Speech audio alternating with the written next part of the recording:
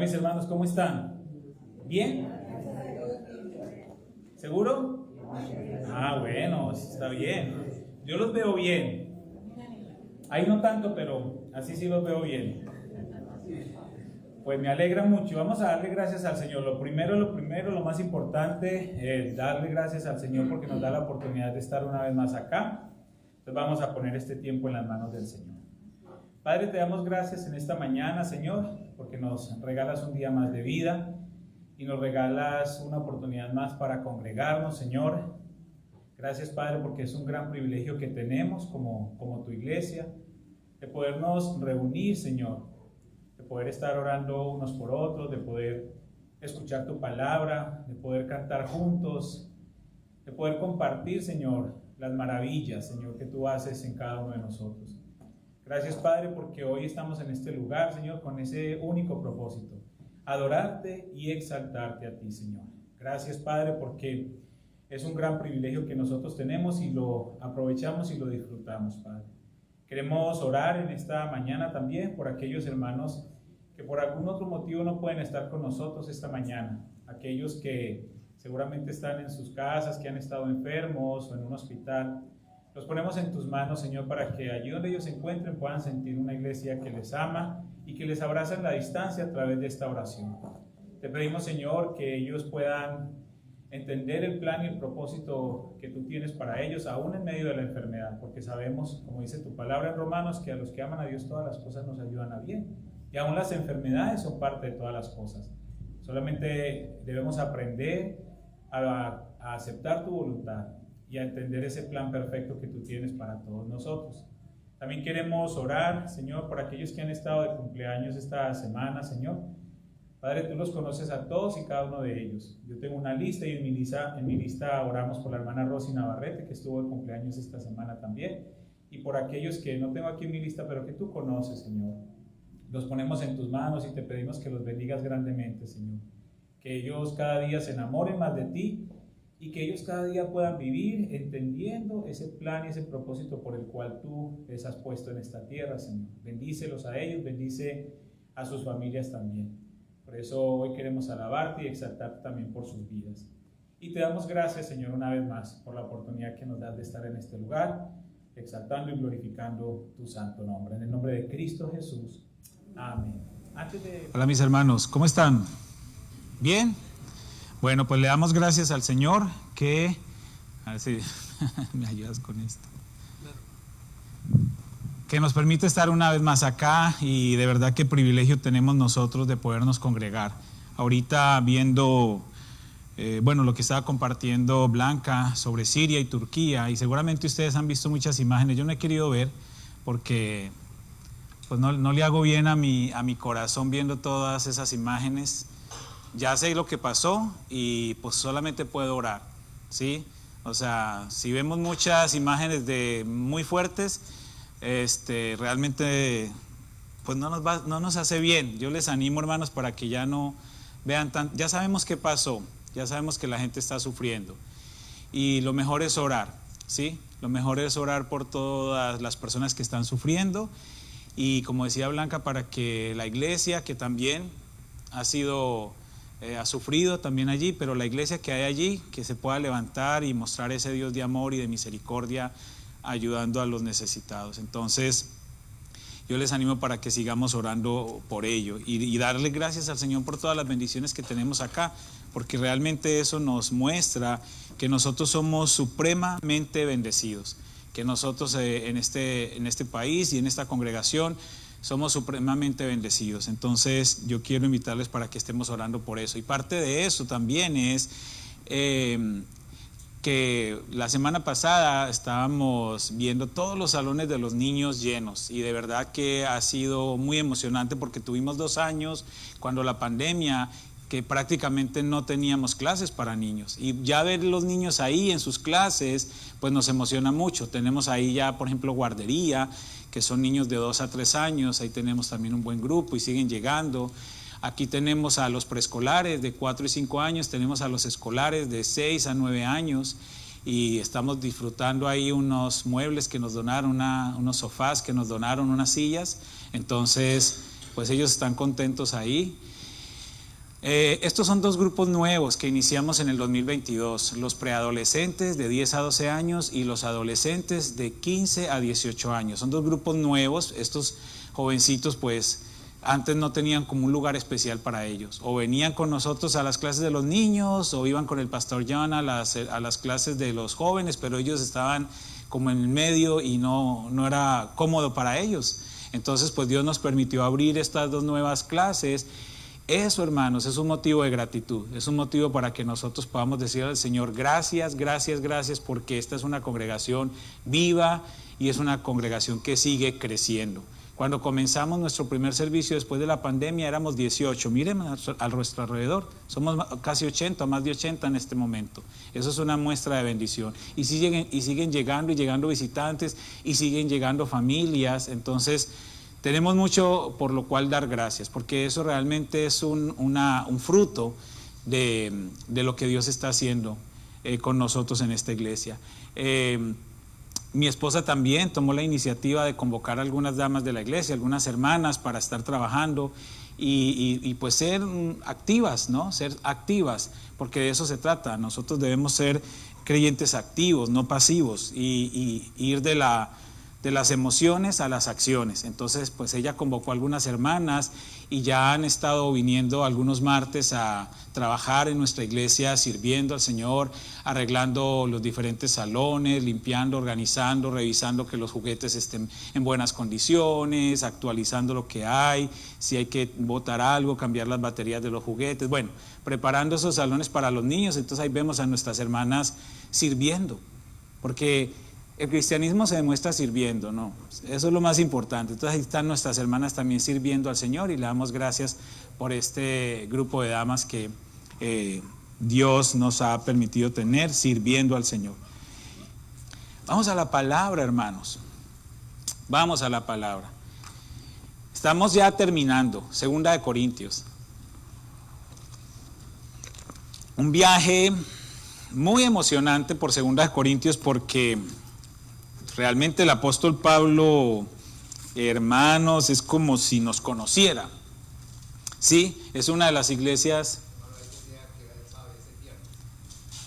No, es sábado 18. Sábado 18, hermanos. Sábado 18. Sábado 18 de 5 a 9. Entonces, ese viaje de Pablo, hermanos, tan tremendo, que nos involucra a nosotros a través de 1 y 2 Corintios y que ya hemos estado estudiando durante algunos meses, ya estamos llegando al final. Estos últimos capítulos, capítulo 10, 11, 12 y 13, Pablo como que esa olla express explotó. ¿Sí? ¿Cocinan ustedes con olla express? Yo cocino con olla express, me gusta, es más rápido, ¿no? Pues se llama express. A mí me gusta usarla. Y yo recuerdo que mi abuela, ella siempre hacía en Colombia decimos frijoles, y no me vayan a criticar, es correcto decir frijoles. Pueden buscar en el diccionario la Real Academia de la Lengua Española. Se puede decir frijoles y se puede decir frijoles, de ambas maneras. Entonces, nosotros preparamos frijoles. Entonces mi abuela estaba preparando frijoles y esa olla explotó. Explota esa olla, hermanos, el techo, las paredes, todo. Salen mis tías corriendo y se caen, se resbalan en los frijoles que habían tirados por todo el piso. Hermano, eso fue un caos. Con el tiempo, y ya uno con tanta experiencia cocinando todo el tiempo, pues ya aprende que la olla express tiene un nivel y que de ahí no debe pasar el agua o lo que usted meta, porque si no se va a explotar. Entonces tiene que llenarla hasta la mitad, un poquitito más arriba de la mitad, no más. Entonces Pablo estaba así, se llenó demasiado y llegó el momento en que explotó esa olla express. Y entonces en el capítulo 10, 11, 12 y 13 vemos a ese apóstol Pablo así. La semana pasada estuvimos meditando en 2 Corintios capítulo 10 y avanzamos hasta el 11:15. Pero hoy vamos a estar leyendo 2 Corintios capítulo 11 desde el versículo 16 hasta el capítulo 12 versículo 10. Y vamos a ir haciendo la lectura ahí más adelantito, ¿no? Pero miren, el apóstol Pablo continúa su narración, y lo podríamos decir una narración de desahogo. de catarsis, ¿no? Donde el apóstol Pablo está como sacando ya lo que hay en su corazón. Y recordemos que el apóstol Pablo comenzó este capítulo 11 sacando todo eso, ¿no? Sacando lo que ya él por mucho tiempo había represado allí, que ya más o menos habíamos escuchado en algunas cartas, pero acá ya el apóstol viene con todo y él estaba sacando lo que había en su corazón respecto a tantos ataques, a tantas acusaciones que él estaba recibiendo de algunos falsos creyentes. Ahora, fue justo y necesario que el apóstol Pablo abriera su corazón, que el apóstol Pablo exhortara fuertemente a todos aquellos que estaban buscando destruir la unidad y el avance de la iglesia. Ese era el peligro. Eso era lo que a él realmente le preocupaba. No su imagen,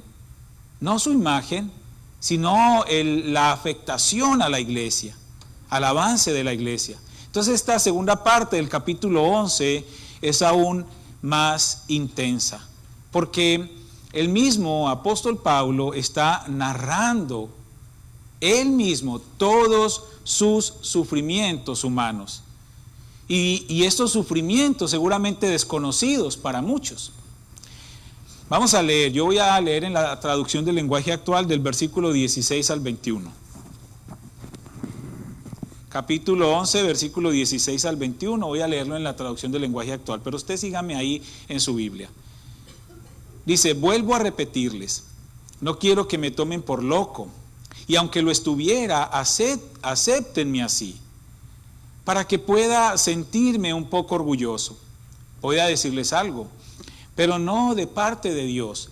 Reconozco que hablar bien de mí mismo es una locura, pero ya que hay tantos que hablan bien de sí mismos, ¿por qué no voy a hacerlo yo también? Ustedes son tan inteligentes que con mucho gusto soportan a los locos. Hasta aguantan a quienes los tratan como esclavos y se aprovechan de ustedes, a quienes los engañan y desprecian, y a quienes los golpean en la cara. Me da vergüenza decirlo, pero nosotros no nos atrevimos a tratarlos así. Pero ya que otros se atreven a presumir, yo también lo voy a hacer, aunque sea una locura. Y yo he titulado la enseñanza de esta mañana, Locura y Debilidad. Locura y debilidad. Y vamos a mirar toda esta porción de 2 Corintios bajo esas dos palabras, locura y debilidad. Y cuando hablamos de locura, Pablo, él mismo, ahí en lo que estamos leyendo, se presenta como un loco. Y lo más curioso es que él dice, vuelvo a repetirles. Y les dice, vuelvo a repetirles en el versículo 16, porque en el versículo 1 él ya había mencionado eso también, de que hablaba como un loco. Pero entendamos que cuando él se dice a sí mismo loco, él está hablando de una manera sarcástica. Para compararse con aquellos que todo el tiempo estaban jactándose o estaban poniéndose en un lugar superior a los demás, demostrando, por supuesto, orgullo e insensatez. Entonces él está casi haciendo una comparación entre él y aquellos que se estaban jactando de sí mismos, y por eso él está diciendo, si ellos lo hacen, ¿por qué no yo? Y voy a actuar entonces como un loco. Y esta locura de la que habla el apóstol Pablo está relacionada a la manera en que él estaba hablando de sí mismo. No era la manera habitual en la que el apóstol hablaba. Por eso era extraño escucharlo hablar así. Por eso era raro para los corintios escuchar o leer, porque realmente ellos estaban leyendo la carta del apóstol Pablo expresándose de esa manera. Pero el apóstol ahora sí consideró necesario hablar de sí mismo por la manera en que estaba siendo cuestionado, por la manera en que él estaba siendo atacado y por supuesto para el beneficio y la tranquilidad de los que estaban leyendo la carta. El comentario bíblico Matthew Henry dice, y cito textualmente, dice, es cierto que el deber de todo cristiano es humillarse a sí mismo en lugar de jactarse, pero también es cierto que la prudencia cristiana, bajo la conducción del Espíritu Santo, nos indica la necesidad de declarar en determinadas circunstancias lo que Dios ha hecho por nosotros, en nosotros y hasta por medio de nosotros. Y entonces debemos entender realmente cuál era la intención del apóstol Pablo. Nosotros no deberíamos estar hablando de lo que hacemos, ¿sí? No deberíamos estar hablando de todo lo que nosotros hacemos en la obra del Señor o para el Señor. Es como cuando uno da alguna ayuda financiera a alguna persona necesitada, pues uno no debería estar alardeando de cuánto dio, es que yo di esto, yo di lo otro, o cuando nosotros somos apoyadores de la obra, ¿no? Y uno está jactándose de lo que apoyó, de lo que no apoyó, o que yo por allá en 1850 hice tanto para la obra. No, pues ya lo hizo, eso es aceite quemado. Uno no debería estar alardeando de lo que ha hecho o de lo que ha dado. Pero hay momentos en los que es necesario hacerlo. Y no debemos sentirnos mal. Vamos a sonar como locos, porque eso no tiene nada que ver con el plan de Dios. Pero hay momentos en los que las circunstancias nos obligan a hacerlo. Y el apóstol Pablo, bajo las circunstancias en las que él se encontraba, para él sí fue necesario hacerlo. Y él lo hizo guiado por Dios. Yo estoy totalmente seguro que él lo hizo guiado por Dios, porque el apóstol Pablo no daba un paso si no estaba seguro de que ese paso lo daba guiado por Dios. Es muy inteligente del apóstol Pablo, de parte del apóstol Pablo, aclararles esto, aclararles que hablar de sí mismo, que alardear de sí mismo, era algo no cristiano. Mire, les voy a decir por qué es inteligente. Él les está diciendo a los mismos corintios, yo voy a hablar de mí mismo, pero eso no es una conducta correcta, eso no es lo correcto, eso no es algo cristiano, eso es algo que no viene de parte de Dios. Entonces dice, bueno, y si no es algo cristiano y no viene de parte de Dios, ¿por qué lo haces? Pero es que él es tan inteligente que él lo está haciendo intencionalmente, porque al final de toda la historia, los corintios podrían saber que aquellos falsos maestros, que aquellos falsos apóstoles estaban fuera de la voluntad de Dios, estaban fuera de la autoridad al comportarse de esa manera. O sea, él está poniéndose como enfrente diciendo, yo soy un necio, yo soy un loco por estar hablando de mí mismo, eso no es correcto. Pero cuando los corintios ya puedan entender, porque conocían al apóstol Pablo, él se mueve y ¿quiénes quedan en esa línea de los locos, de los que no estaban en la voluntad de Dios? Todos esos falsos apóstoles y esos falsos maestros. Entonces él lleva a los corintios a ver directamente a esas personas actuando fuera de la voluntad de Dios. ¿Por qué? Porque los corintios conocían a Pablo. Y por eso se les hacía raro que él hablara de esa manera. Pero ¿por qué el apóstol está presumiendo tanto de lo que él es o de lo que él ha hecho? Entonces sabían que él no era así. Y al final ellos entenderían la intención del apóstol Pablo de escribir estas cosas. Lo más triste es que esos falsos maestros estaban abusando de los corintios. Los estaban maltratando. Y ellos no se daban cuenta de eso. Porque en esa cultura de la iglesia en Corinto, recordemos que ellos tenían mucha influencia de los griegos, la filosofía, el conocimiento, todo eso. En esa cultura, lo fuerte era buscar siempre lo novedoso, de buscar siempre lo llamativo, lo que más se vea, lo que más deslumbrara.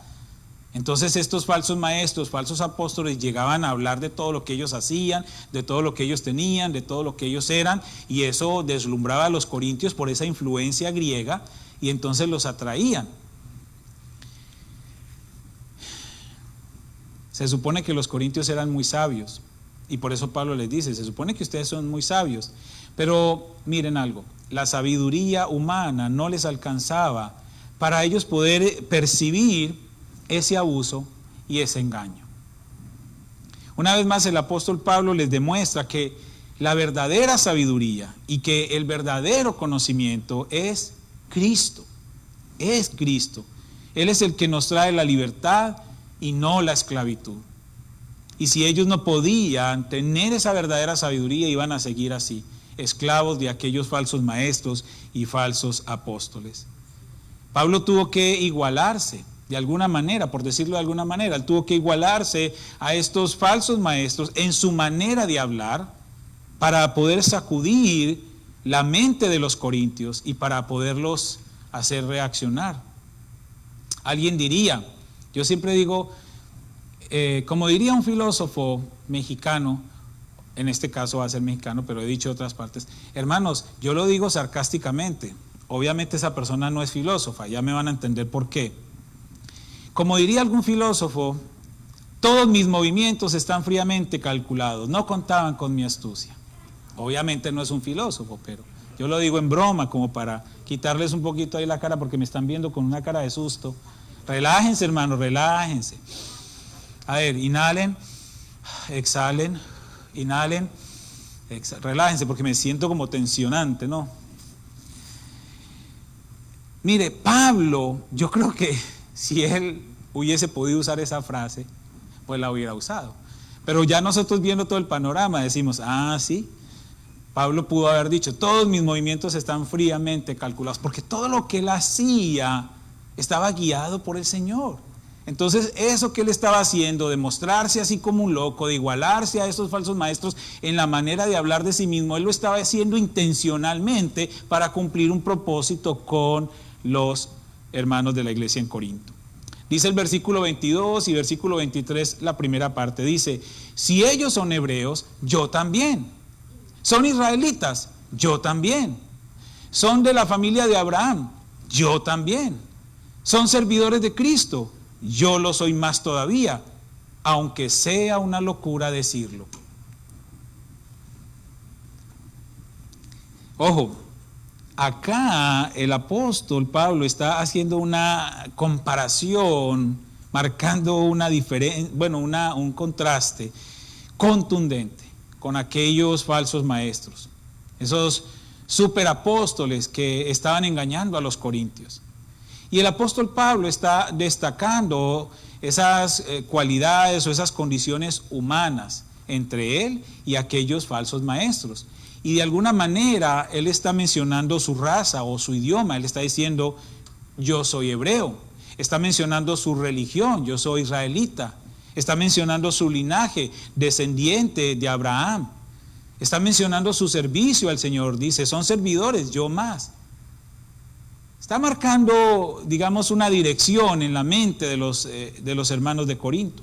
Pablo no era de aquellos que le gustaba sacar a relucir esto todo el tiempo. Pero ahora, por amor a los corintios, por obligación, en su instinto protector de papá espiritual, él lo hace. Y él marca categóricamente su condición apostólica con autoridad. Y de una vez está desvirtuando muchas de las acusaciones en su contra. Recordemos que todo el tiempo lo estaban a él acusando, cuestionando de si era un verdadero apóstol, de que él no era una persona preparada, de que él no era una persona apta para el apostolado, porque esa es la cosmovisión del mundo sin Cristo, que las personas tienen que tener muchas capacidades para poder servir al Señor. Y eso no ha cambiado mucho. A veces uno mira en la convención bautista sacan, digamos, oportunidades de empleo, ¿no? En diferentes puestos de iglesias y todo. Y a veces uno ve los requisitos que ponen para contratar un pastor o algo y dice uno, wow, o sea, tiene que llevar 20 años estudiando para poder cumplir esos requisitos, ¿no? O sea, y la experiencia, porque piden desde una simple licenciatura y luego maestría con doctorado y con experiencia de 20 años y con no sé qué. Bueno, ¿y a qué horas ponen ahí que realmente pueda demostrar que es un verdadero siervo del Señor? Y entonces a los corintios, ellos evaluaban a aquellos que podían ser líderes desde esa perspectiva también. Sigamos leyendo, versículo 23 al versículo 29. Dice, versículo 23, segunda parte, dice, yo he trabajado más que ellos, he estado preso más veces, me han azotado con látigos más que a ellos, y he estado más veces que ellos en peligro de muerte. 5 veces las autoridades judías me han dado 39 azotes con un látigo. 3 veces las autoridades romanas me han golpeado con varas. Una vez me tiraron piedras. En 3 ocasiones se hundió el barco en que yo viajaba. Una vez pasé una noche y un día en alta mar hasta que me rescataron. he viajado mucho, he cruzado ríos arriesgando mi vida, he estado a punto de ser asaltado, me he visto en peligro entre la gente de mi pueblo y entre los extranjeros, en la ciudad y en el campo, en el mar y entre falsos hermanos de la iglesia. He trabajado mucho y he tenido dificultades. Muchas noches las he pasado sin dormir. He sufrido hambre y sed y por falta de ropa he pasado frío. Por si esto fuera poco, nunca dejo de preocuparme por todas las iglesias. Me enferma ver que alguien se enferme y me avergüenza y me enoja ver que se haga pecar a otros. Tremendo, ¿no? Por eso me gustó esta versión, porque era muy explícito. Y hermanos, es un breve resumen de la vida apostólica de Pablo. Y esto era lo que realmente diferenciaba de aquellos falsos apóstoles al apóstol Pablo. Esto era lo que marcaba una verdadera diferencia entre él y esos falsos maestros, esos falsos creyentes. Esto era lo que le daba la autoridad a Pablo en su apostolado. Ninguno de aquellos que se jactaban o presumían de su liderazgo, de su conocimiento, de sus cualidades, de sus capacidades, de sus bienes materiales había sufrido por el evangelio como había sufrido Pablo. Y es muy fácil, como dice el dicho, es muy fácil ver el toro desde las barreras. Pero solo aquellos que están en la arena pueden sufrir en carne propia su llamado. Los corintios lo sabían, pero era necesario que Pablo les recordara lo que él había sufrido por amor a ellos. Uno de los comentarios bíblicos dice lo siguiente: pero lo peor de todo, lo que constituía una clase en sí, eran los peligros entre falsos hermanos. Como comenta Plummer, los otros peligros amenazaban la vida, el cuerpo y la propiedad. Pero hacía peligrar y a veces arruinaba su obra. Bajo el disfraz de hermanos, estos hombres podían infiltrarse en la comunidad cristiana y sin advertencia socavar el ministerio del apóstol. La iglesia cristiana nunca ha estado libre de la traición en su interior. El mismo Jesús tuvo un Judas. Punto y aparte. Quiero que escuchen esto. El verdadero ejercicio del evangelio no está en mi mente, no está en mi conocimiento, no está en mis buenas intenciones. El verdadero ejercicio del evangelio está en mis acciones contundentes, claras y visibles, primeramente para Dios y después para mis semejantes. El verdadero ejercicio del evangelio no está en lo pasivo, sino en lo activo. Por eso el evangelio es acción, y muestra de ello es lo que dice Juan 3:16, que todos seguramente lo deben de conocer. ¿Qué dice Juan 3:16? Porque de tal manera amó Dios al mundo que ha dado acción, ahí hay acción, que ha dado a su Hijo unigénito para que todo aquel que en Él cree no se pierda, mas tenga vida eterna. Entonces, hermanos, el verdadero evangelio no es pasivo, el verdadero evangelio es activo, y el apóstol Pablo sí que lo sabía y sí tenía autoridad en ello. Todo lo que él había vivido, todo lo que él había pasado, le daba al apóstol Pablo la autoridad para ser apóstol, para ser un verdadero creyente, y lo distanciaba, pero a millones de kilómetros, de millas, de aquellos falsos maestros y de aquellos falsos apóstoles, que se jactaban mucho de lo que podían saber, pero ¿cuántos de ellos realmente vivían el evangelio como lo vivió el apóstol Pablo? Y luego sigue diciendo el apóstol Pablo: si de algo puedo estar orgulloso, si se me permitiera enorgullecerme de algo, dice, es de lo débil que soy. El Dios y Padre del Señor Jesús, que merece ser siempre alabado, sabe que no estoy mintiendo. Cuando estuve en Damasco, el gobernador nombrado por el rey Aretas puso guardias en la ciudad para arrestarme. pero pude escapar porque unos amigos me pusieron en un canasto y me bajaron por una ventana de la muralla de la ciudad. Cuando uno está leyendo todo ese capítulo, uno dice, bueno, pero ¿y esta anécdota? Él terminó tan bonito esa última parte de que soy en lo débil fuerte soy, y luego cuenta esta anécdota. Mire, el gran apóstol Pablo ahora mismo está diciendo que su único motivo para gloriarse es su debilidad. ¿Ah? Tremendo. Por eso te admiro a Pablo. Es su debilidad. Sus contradictores le atacaban por esto una y otra vez. Y Pablo está diciendo que su gloria es su debilidad, que es su fragilidad, que es su vulnerabilidad. Esa es su gloria. Y aún él está comentando esta última anécdota en que el gran apóstol Pablo tuvo que ser sacado a escondidas, bajado por un muro en un canasto, dependiendo de otros. Él totalmente frágil, totalmente vulnerable allí. Pero eso es lo más glorioso. Eso era lo que realmente era considerado locura y que muchos no podían entender. Pablo está revelando una de las más grandes verdades espirituales en el universo. Dios es el soberano. Dios es el grande. Dios es el poderoso. Dios es el suficiente. No yo.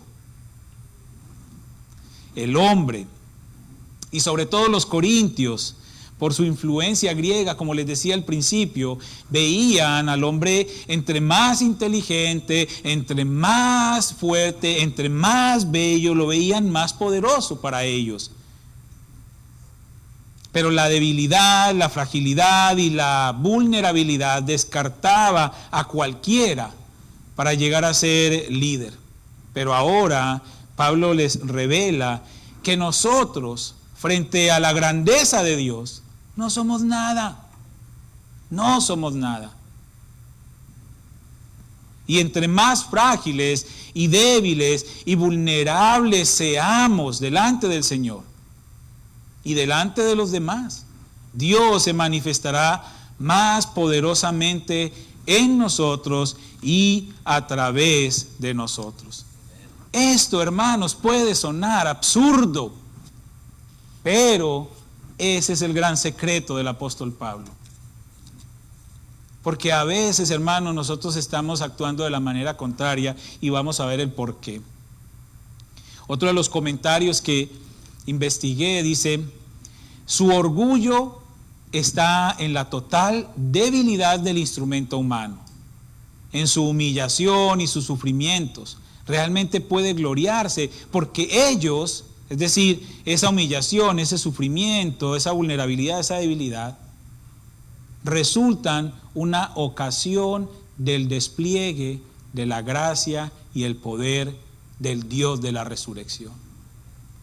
Definitivamente es una locura pensarlo, pero es lo más glorioso.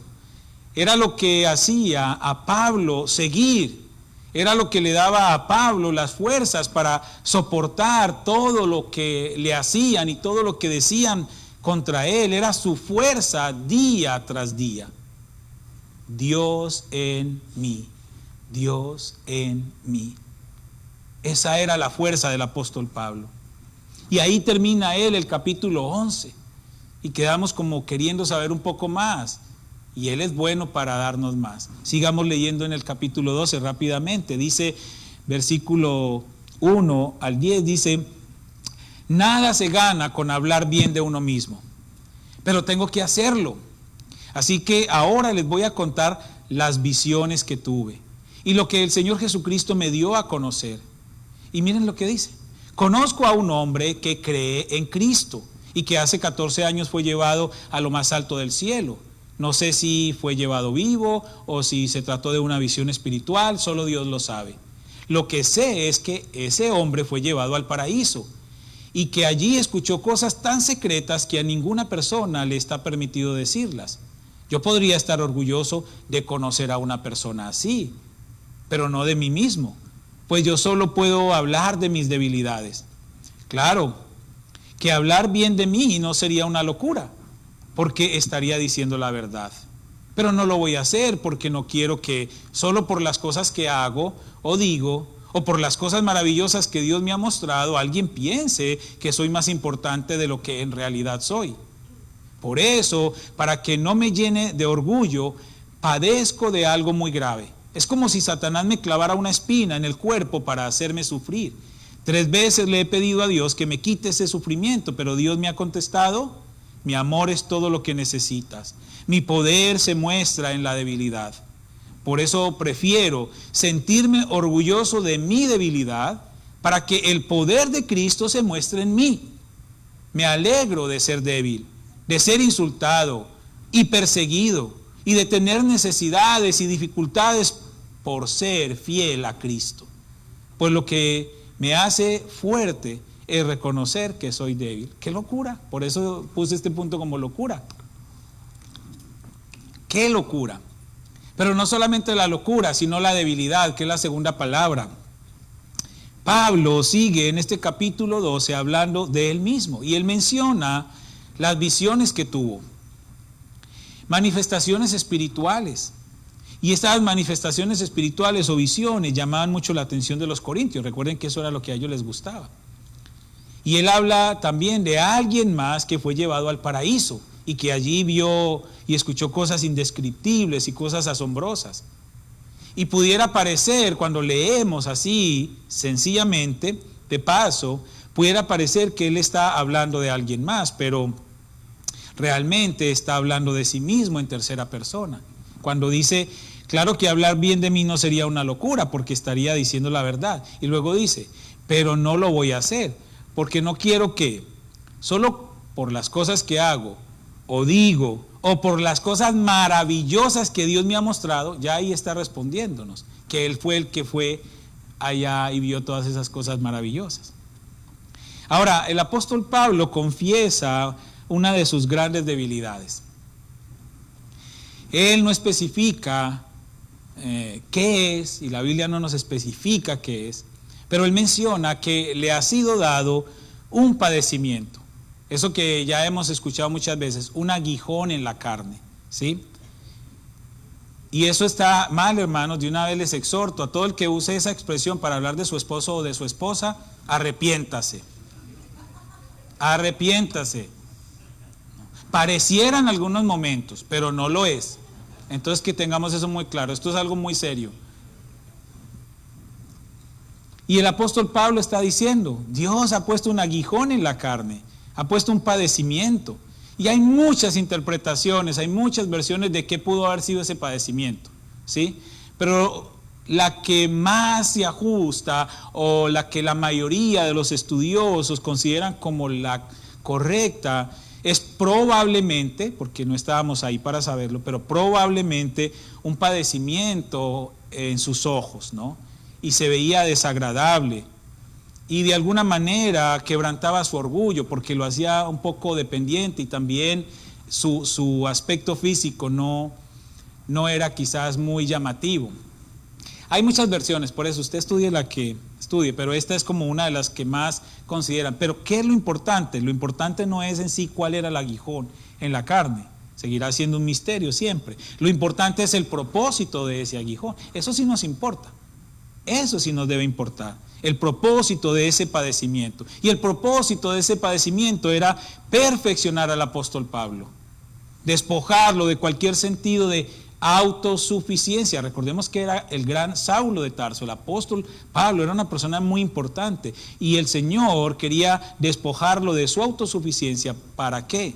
Para que solo se abandonara en los brazos del Señor y confiara plenamente en Él. Solo cuando aceptamos nuestra debilidad es que podemos ver a Dios obrando.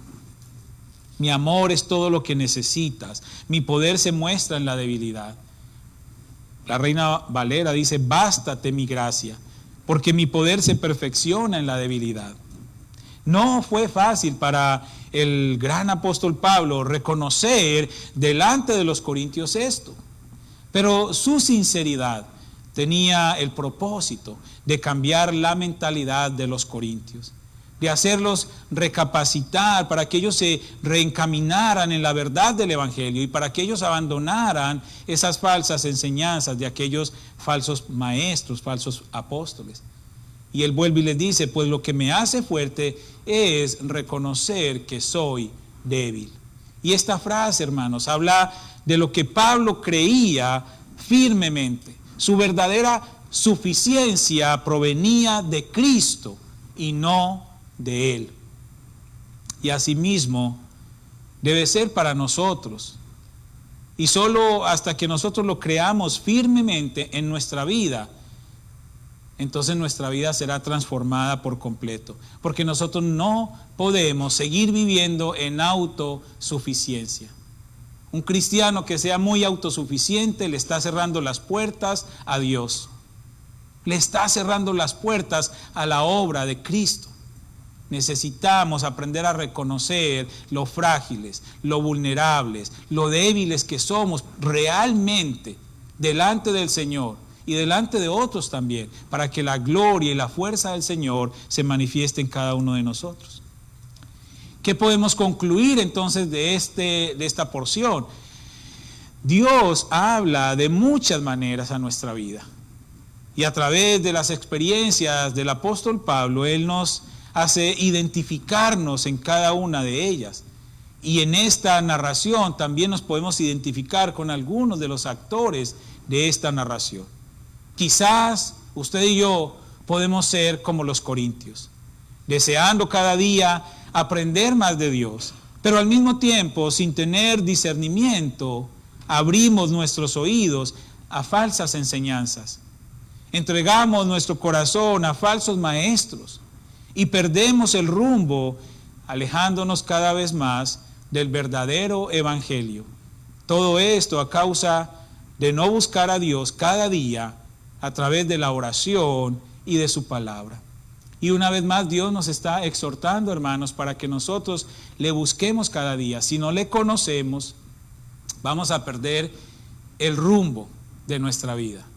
Y entonces llegarán falsos maestros, falsas enseñanzas a nuestra vida a través de estos aparatitos, a través de la televisión, de la radio.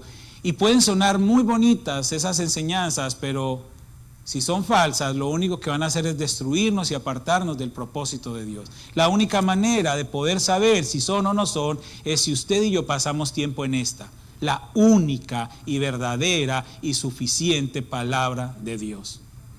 No nos dejemos descrestar o deslumbrar de mucha pompa, muchas luces, mucha producción. La palabra, hermanos, es lo esencial. Y seguiremos aquí, o yo, en lo personal, en mi compromiso con el Señor, seguiré predicando la palabra de verdad. No trae mucho éxito, pero no es lo que buscamos. Buscamos que realmente usted y yo juntos podamos crecer espiritualmente en la palabra de verdad. Ahora también podemos ser esos falsos creyentes. En esta narración nos podemos identificar, quizás podemos ser esos falsos creyentes que tenemos nuestro corazón lleno de amargura y no hemos permitido a Jesús tomar el control absoluto de nuestras vidas. Hemos llegado a Jesús con reservas y abrimos entonces una gran puerta para que Satanás nos engañe y nos utilice destruyendo la amada iglesia de Cristo. Y ese sí sería el peor lugar. Ese sí sería el peor lugar, hermano, porque si estamos siendo parte de ese grupo de personas, pues hoy el Señor nos está diciendo que nos debemos arrepentir. Entonces, que Dios nos ayude, porque no es el lugar correcto. Ese sí de verdad no es el lugar correcto. Tenemos que permitir al Señor tomar el control absoluto de nuestra vida, sin reserva, para que Él pueda hacer su obra completa, para que nosotros podamos servirle sinceramente y para que en vez de estar destruyendo la iglesia con el resultado y la consecuencia de nuestra amargura, nosotros estemos construyendo desde la verdad de Cristo. O también podemos ser como Pablo, también podemos ser ese Pablo, enfrentando luchas cada día, esforzándonos por cumplir el llamado del Señor, por obedecer su gran comisión, por mantenernos fieles a Él, sufriendo, pero también gloriándonos en la obra de Cristo en nosotros, manteniendo viva la llama de la esperanza en Cristo, buscando de Dios cada día más y más para ser hallados fieles delante de Él. Y termino con este versículo, y lo voy a leer en una versión muy desconocida, pero muy bonita. Se llama Nueva Biblia Viva. Dice: ¿son ustedes siervos sabios y fieles a quienes el Señor ha encomendado la tarea de realizar los quehaceres de su casa y proporcionar a sus hijos el alimento cotidiano? Benditos serán si a mi regreso los encuentro cumpliendo fielmente con su deber. Me pareció tan hermoso cómo lo presenta esta versión, porque, hermanos, es lo único que tenemos. Yo no sé cómo sea su día a día. Conozco la gran mayoría de ustedes. He podido compartir con la gran mayoría de ustedes.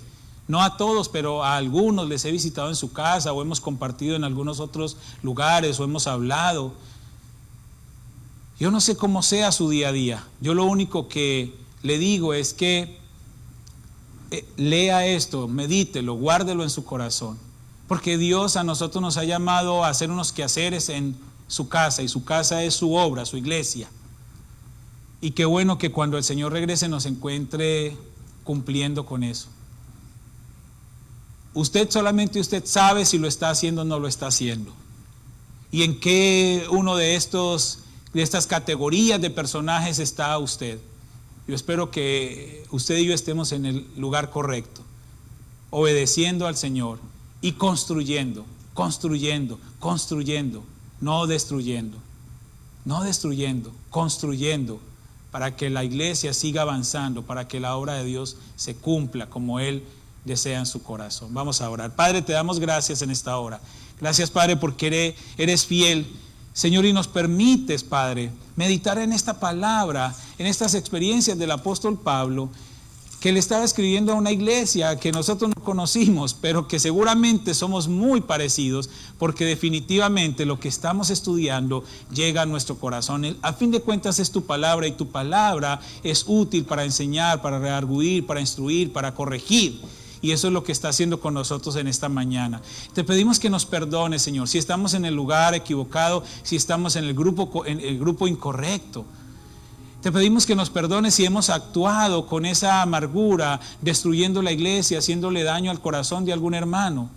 Y te pedimos que nos ayudes a corregir de la mejor manera, y que nosotros podamos tener esa firme intención de ser obedientes a ti y de estar mirando realmente a Cristo como ese modelo perfecto a seguir, y que podamos seguir avanzando en esa dirección.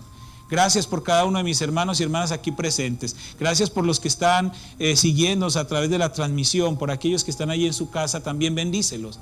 Y que todos, Señor, podamos entender ese gran llamado que nos haces y ese gran privilegio que tenemos de poder seguirlo. Te alabamos y te bendecimos en esta hora, Padre, en el nombre de Cristo Jesús. Amén y amén. Gracias, hermanos. Dios les bendiga.